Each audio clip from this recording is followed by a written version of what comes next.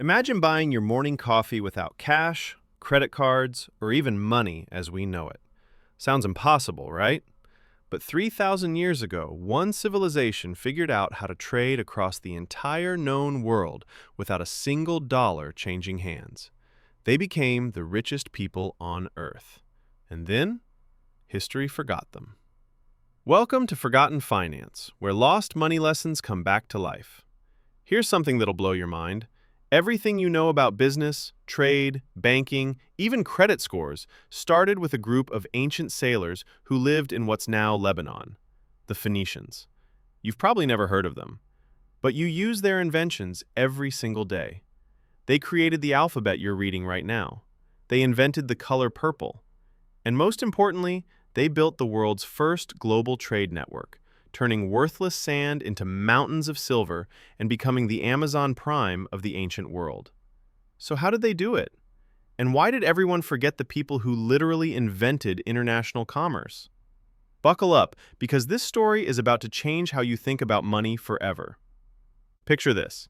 It's 1200 BC. You're living on a tiny strip of coastal land squeezed between the Mediterranean Sea and the mountains. No farmland, no natural resources, no gold mines. Your neighbors are massive empires like Egypt and Babylon, and they could crush you like a bug. This was the Phoenician predicament. Most civilizations would have given up, but the Phoenicians looked at their coastline and had a crazy idea. What if we don't grow our wealth? What if we move it instead?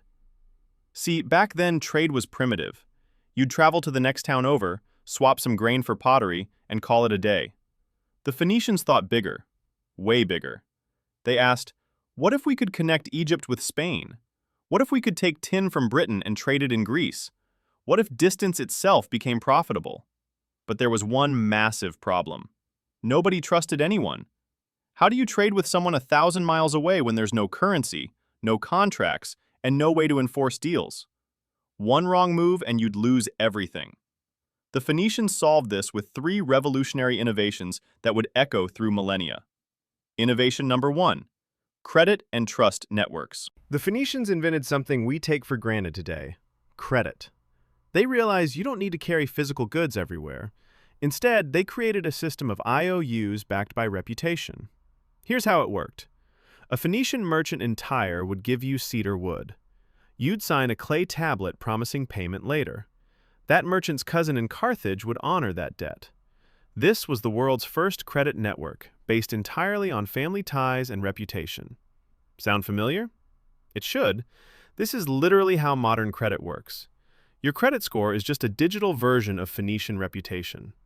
Visa and MasterCard? They're playing the same game, just with plastic instead of clay tablets. Innovation number 2, standardization and branding. But credit only works if people trust the product. So the Phoenicians invented quality control. They created standardized weights and measures. Every Phoenician amphora of wine was the same size. Every bolt of purple-dyed cloth met the same standard. They even created the world's first luxury brand, Tyrian purple. This dye, made from thousands of crushed sea snails, was so expensive that only kings could afford it. The Phoenicians controlled the entire supply chain, from harvesting to production to distribution.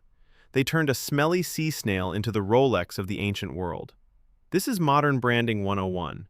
Apple doesn't just sell phones, they sell trust and status. The Phoenicians invented that playbook 3,000 years ago. Innovation number 3, information as currency. Here's where it gets really smart. The Phoenicians realized that knowing where to buy cheap and sell expensive was more valuable than gold itself. So they guarded their trade routes like nuclear codes. They spread rumors about sea monsters beyond Gibraltar. They told competitors that certain routes were impossible. Meanwhile, they were secretly sailing to Britain for tin and West Africa for gold. Information asymmetry became their competitive advantage. Wall Street traders use this exact strategy today. The person with the best information wins. The Phoenicians understood this when everyone else was still bartering chickens. So what happened? The Phoenicians became absurdly wealthy. Their cities, Tyre and Sidon, were legendary for their riches. They founded colonies across the Mediterranean, including Carthage, which would later challenge Rome itself. They spread the alphabet, making literacy accessible and business easier. They introduced the concept of maritime insurance. They created the first joint ventures where multiple investors would fund a single voyage and share the profits. Every modern business concept, from franchising to venture capital to international logistics, has Phoenician fingerprints all over it. But here's the tragedy. The Phoenicians left almost no written records about themselves. Everything we know comes from their competitors, the Greeks and Romans, who were honestly kinda jealous. When Carthage finally fell to Rome in 146 BC, the Romans literally salted the earth and erased Phoenician culture from history. The greatest merchants the world had ever seen became a footnote. So what can we learn from the Phoenicians in 2024?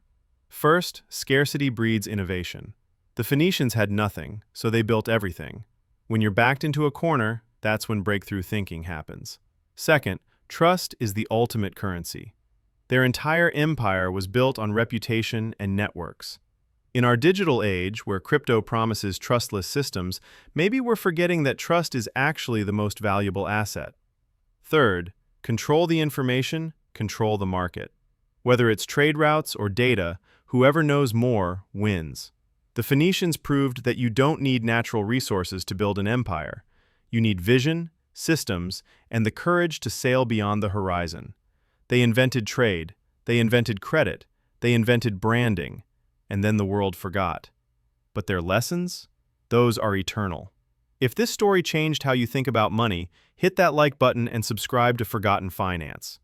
Next week, we're diving into how medieval monks accidentally invented modern banking while trying to serve God. Until then, remember, the best financial lessons are the ones history tried to bury. I'll see you in the next one.